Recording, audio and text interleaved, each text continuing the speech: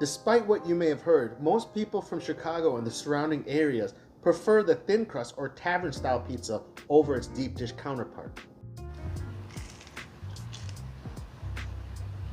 Oh wow.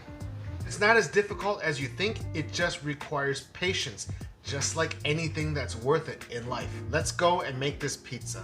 And as usual, all the ingredients will be linked in the description box down below. All right, let's get started. For our pizza today, I'm using all-purpose flour, water, kosher salt, olive oil, and yeast. Normally with pizza doughs, I'm using a bread flour because I want high protein content for strong gluten formation. Whereas today, I'm not looking for that. I'm looking for a nice, crispy, cracker-thin crust. And I'm going to show you in real time with a food processor how quickly this dough comes together. As soon as you see your dough ball riding the wall, just like so, it's done. And as you just saw, this dough comes together very quickly. I'm just looking for a shaggy dough where everything is well incorporated. Now, safely remove your blade if you're using a food processor and gather up all the escapees. Now, if you're using a stand mixer, use the paddle attachment, not the dough hook. I'm only kneading this for about 5-10 seconds. I'm looking for it to become a cohesive ball. I'm gonna let this rest for around 2 hours to let the gluten relax. Put this into a bowl and cover it with plastic wrap and just let it hang out. Now, after a couple hours, I'm weighing this out so I have 2 equal portions of dough. I'm gonna ball them up again and put them in the refrigerator for 24 hours. I like using a 60-40 mix of fine cornmeal and the AP flour. Now, full disclosure, this dough ball right here, I just took it out of the refrigerator after 24 hours. I did not let it come up to room temperature because I wanted to see how long or how difficult it was to roll out into a 12 to 14 inch dough. And to tell you the truth, it took me about 4 to 5 minutes. Now, if you took a dough ball and you let it sit for an hour at room temp, it would probably take you about 2 minutes. Think about butter from the refrigerator versus softened butter. That's the best analogy I can give you. Now with a dough docker, I'm just docking the dough. If you don't have one, use a fork. Next step here is we are curing the dough. There's enough cornmeal and flour mix on the bottom where I did not need to put more on the parchment paper. Continue to do this for all your doughs. Roll them out relatively thin and put this in your fridge for at least 4 hours up to 24 hours. Now we can start on our sauce. I have a whole 28-ounce can of tomatoes and then a 6-ounce can of tomato paste. I'm a huge fan of the robust flavor tomato paste adds to this sauce. I'm adding 2 tablespoons of oregano, a tablespoon of dried basil. I love adding about a tablespoon of granulated garlic. And if you want some heat, I recommend adding dried Thai chilies, not the dried chili flakes that you find at the American grocery store.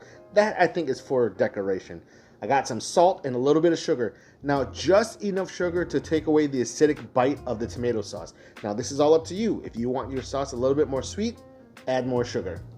Now, calm down. We're all adults here. Just a little splash of fish sauce. This is gonna make your sauce really robust and full-bodied.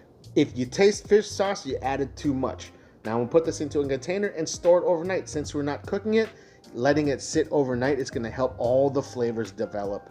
Now we just wait till tomorrow. Now that our doughs have been properly cured, we can make our pizzas. My oven has been preheating at 550 Fahrenheit with a cast iron pizza pan in it, so it's ready to go.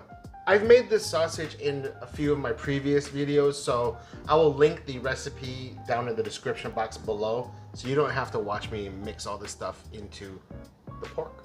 I asked my local deli person to give me a block of full-fat, low-moisture mozzarella cheese, and I'm graining it myself just to bypass all the anti-caking agents that pre-shredded cheese has. Now that same cornmeal flour mixture I have on my peel, our cured dough, and I'm gonna go and spread this sauce all the way to the edge, or at least as close to the edge as I want, because I don't want my first few slices of pizza having tomato sauce jammed all up under my thumbnail.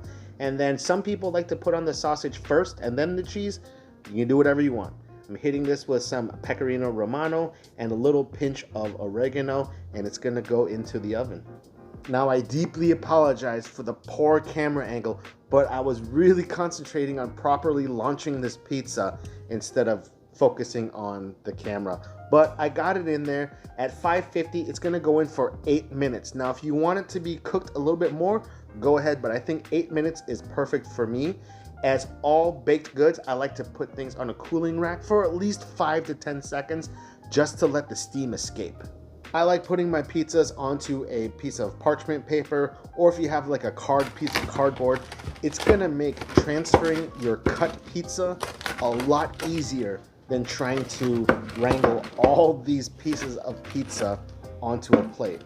Now that wasn't so bad, and look at this, we are ready to serve. That did not take so long at all. You have to make this in order to experience what I'm going through right now. This is amazing. Now we're gonna grab this corner piece right here and check out how thin that is. The undercarriage, nice and toasty. The edges are crisp, but not burnt or charred. Let's take a bite and see how crunchy this is.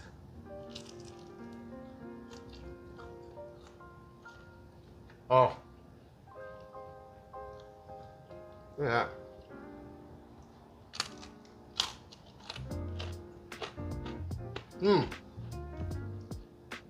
Cheese is beautifully melted.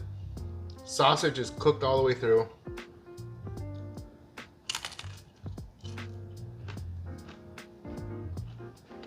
Exactly what I was looking for.